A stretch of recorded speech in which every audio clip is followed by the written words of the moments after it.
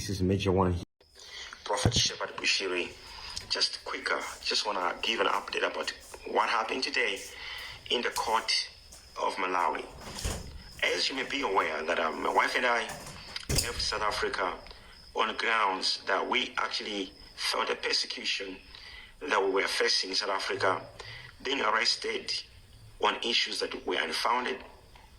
Not only that, we survived several death threats and attempts by various assassins, which we believe they were linked to some government officials, more especially the investigating officers who were actually investigating us.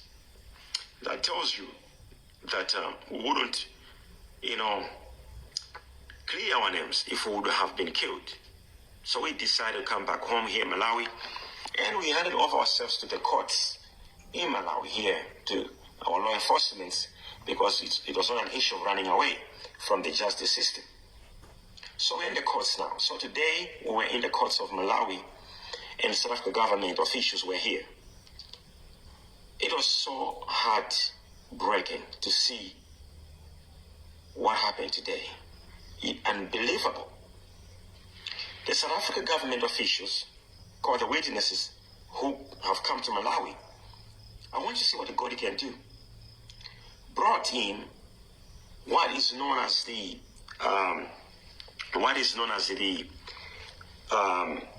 evidence from one of the world's biggest consulting firm, known as the KPMG. Amazing. It was a huge document. And they dropped it before the judge in Malawi and said, this evidence from the world's biggest audit firms, KPMG, that states how the Bushiris took money from people. But when we open that document, it actually says Prophet Bushiri and his wife never benefited from any money that was stolen or taken by the Rising Estate. What is the Rising Estate? The Rising Estate was one of the forex traders that actually came in our church and took money from our members to say they would trade it for them, over 106 million rands. And they never gave back the money to our people.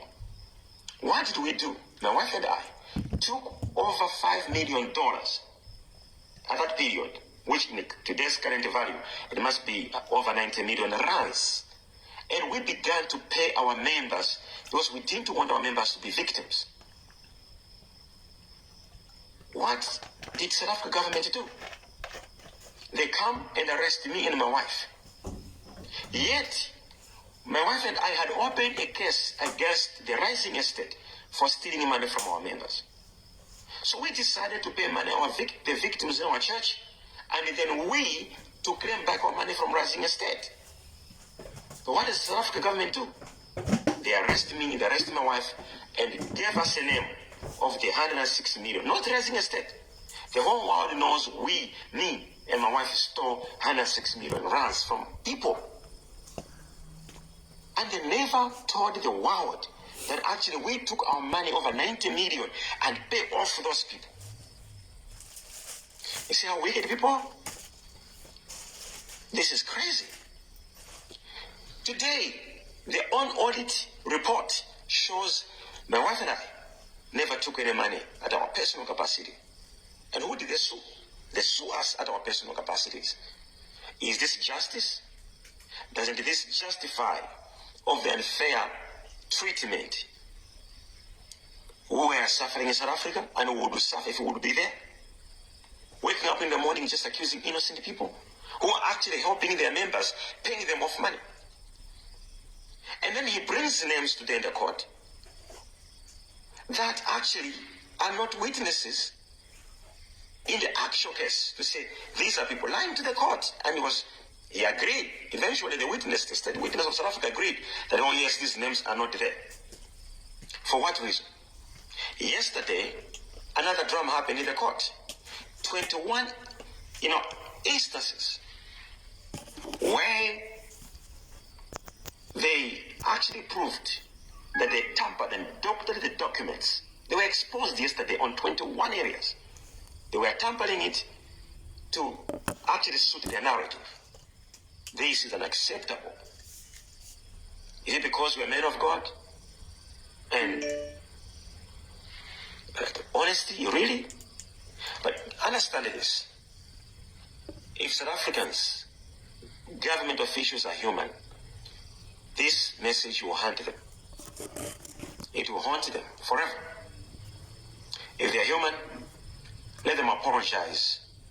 At least on this name that we stole money from South Africa at our personal capacity. At least that they must create.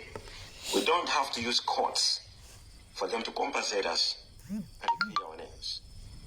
We're still in the courts. We're continuing the courts. But I'm just commenting only on what happened today in the court. I'm not going to comment on other things because I don't want to actually interrupt the cases that are there that we have not heard in the courts, even on the judgment which the judges will actually decide at the end of the day. But I'm just talking about what happened in the court today. What happened in the court today. That's it. I'm not going to comment any other things. I want, but I just want to say it is so heartbreaking. As a man of God, I've forgiven their actions, but I hope if they're humans, they will apologize for such behavior. We're here to expose more things tomorrow in the court and show them that actually they did all these things because I'm a foreigner. I was a foreigner in South Africa, and also that my ministry was growing too big. And this was part of xenophobic, jealousy, and more other things. More above, extortion of those crooked police officers who wanted 10 million rands from me, which I never bowed to give them. And if I gave them that money, I wouldn't be in Malawi by now. I wouldn't be in the courts by now. But I said no to corruption. I stand by my dignity and I abide by my values. I say no. And nobody is going to get my money through any other means. So to all of you who are watching me, I want you to know that God can fight for you as has fought for us. You see more drama, but I want you to know this. God is fighting for us. It's not lawyers. Who are lawyers? It's not them. We're using them because they know the law. They have to interpret the law. But what is happening in the court is typical the hand of God working. And I'm telling you, at the end of this case, the whole world will know there is God in heaven who vindicates his children. Thank you all for praying for us and for standing with us. I love you. May God bless you. Keep praying for us. We are not without your prayers. We are because you are. May God bless you all. To all of you who wish us well, we also wish you well in every endeavor of your everyday life. May God bless you. The truth will prevail. Shalom.